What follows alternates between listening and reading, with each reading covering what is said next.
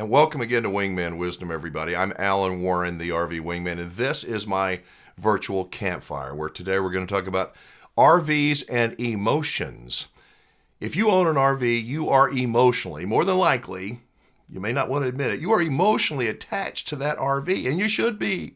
So many great memories come from RVing, as well as some pretty crappy ones as well. But that emotion can be a good thing or a bad thing. When you're buying an RV or when you're selling an RV, that's one of the things that I spoke about recently with my friend Scott Stonehill over at PPL Motorhomes. It would seem to me that, there's so many people trying to sell their RV right now, and I know they're knocking down the door, so to speak, at PPL to get you guys to sell it for them. But if I'm trying to do that and my head's not right, if I've got a dream of a price, somebody told me it was worth this much money, you don't take every RV that is presented to you, do you? I mean, you can't. I wouldn't think. I don't want to take if the seller is a little bit, how should I say it, a little bit unrealistic. I think with our experience and our people, the knowledge that we have, we can sit down and we can come to a compromise on where we think it should be. Maybe our range is a little below what you as a seller think that unit should bring. I'm more likely to say, you know what, Alan, that's a piece of inventory I don't have on my lot. Let's put it out there and let's give it a try. Let's try it for 3 weeks. But 21 days, let's put it on the internet and let's figure out what the market's going to say about it. If I follow back up with you in 3 weeks and say, Alan, I've had 2 leads on it, but no offers on it. I really think we probably need a price adjustment. Let's get this thing right in the market. I know you wanted to get a little bit more for it, but I think reasonably, if we can bring it closer to where we are on our range, I think we can move it a lot quicker. Most people are willing to compromise in that aspect. So I'm more likely to get your unit on my lot and let's give it a try. Let's try it on for size, right? And if the market speaks, it's kind of like selling a house, right? We price it, the housing market in that neighborhood is $400,000, and we price the house at $450,000, and we find out after 2 or 3 weeks that, hey, maybe we need to be closer to that 400 mark. That's probably what we're doing here. So I'd rather give you the opportunity to sell it with us with the understanding of we may be above the market, but let's see, and then let's go from there.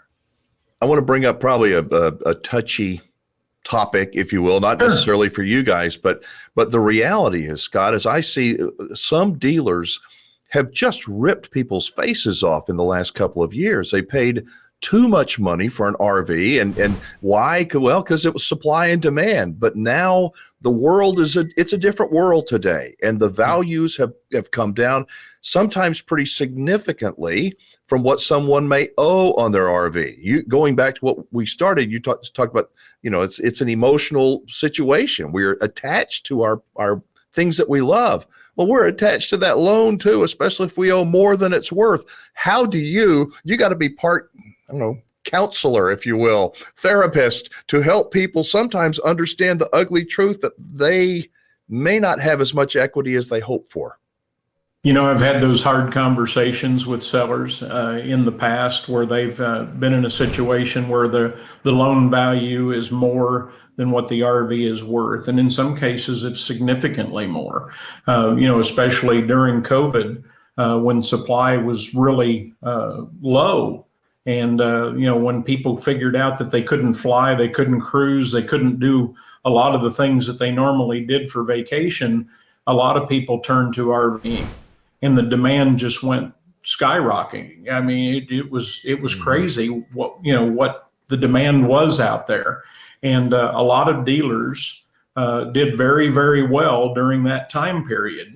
The problem that the consumer had was things were selling at MSRP and above because of the lack of supply, but the demand was so heavy, people would pay that price.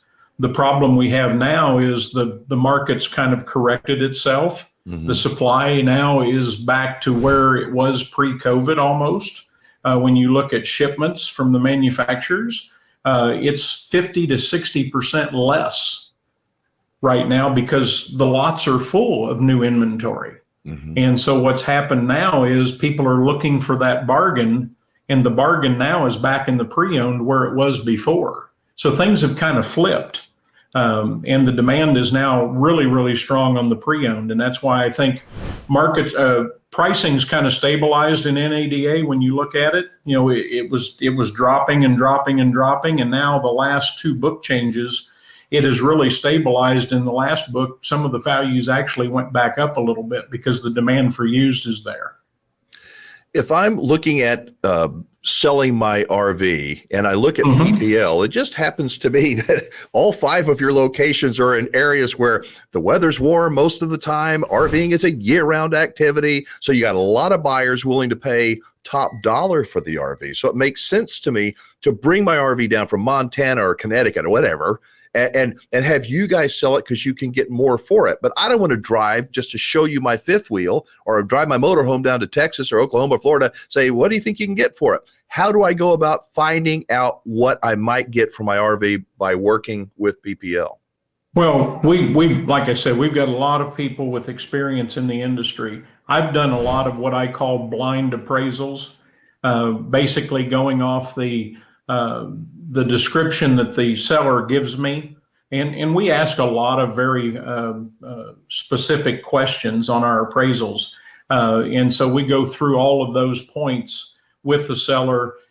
And most of the time, we're going to find that the sellers are very honest about the condition of their unit because they know that we're asking all the questions that once that unit gets to us, we're going to check on those things to make sure that it is what was told to us, right? Because I look at it like we're going to help them move the unit. We need to know exactly what the good things are about that unit and also where the problems might be with that unit. Because as we know, every used unit, there's going to be some negatives to it. And so we want to be able to talk about those things to the potential buyer. And so we ask a lot of different questions. We will give the seller a range of where we think that unit will sell, just like if they were at our dealership.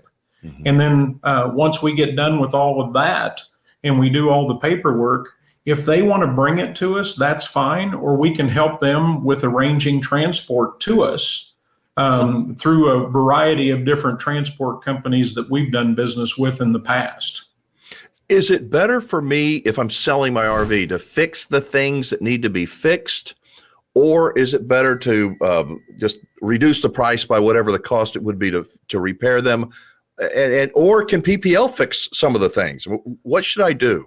Yeah, we have full line service departments, and what we will do is we will do a courtesy inspection once that unit has arrived. And we will find the areas that will help you enhance selling that unit. There may be a small investment in getting those items repaired or that maintenance done.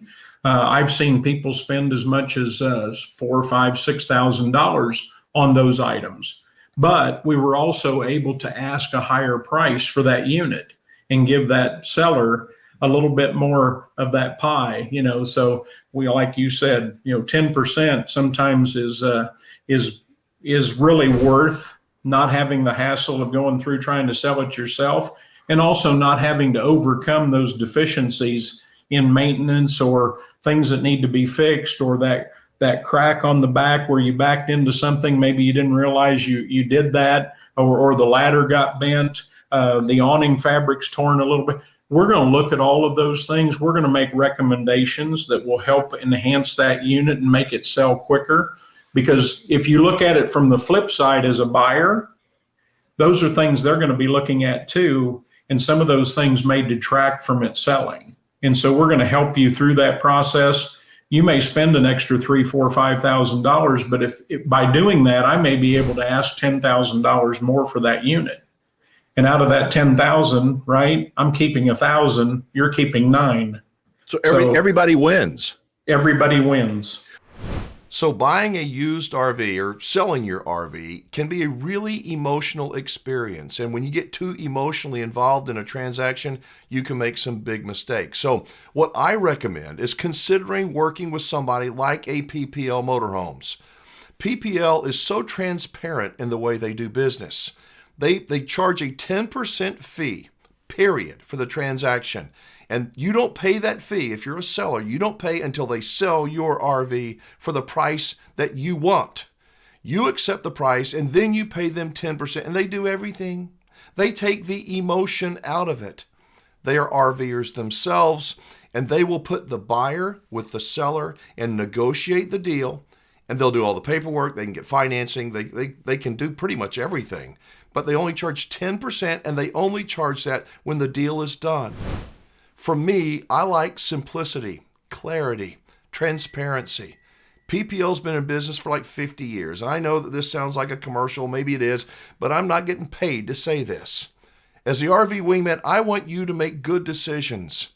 For most people, when they sell their RV or when you buy a used RV, you want somebody you can trust. Don't you want transparency? I know I do. So whatever decision you make, you need to be responsible for, but I encourage you to check out PPL Motorhomes. And finally, if you'll click on the word more in the description below, it will open up and you'll be able to connect with the folks I buy my shirts from in case you're interested, and the RV Dealers I Trust Network. You can also download my free RV report, not selling anything. When you download my free report, you will go on my email list.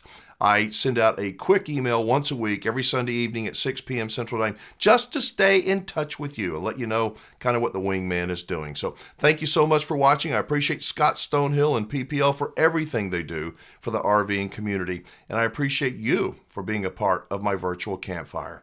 I'm Alan Warren, the RV Wingman. Be safe, have fun, play nice, and don't leave your good manners at home.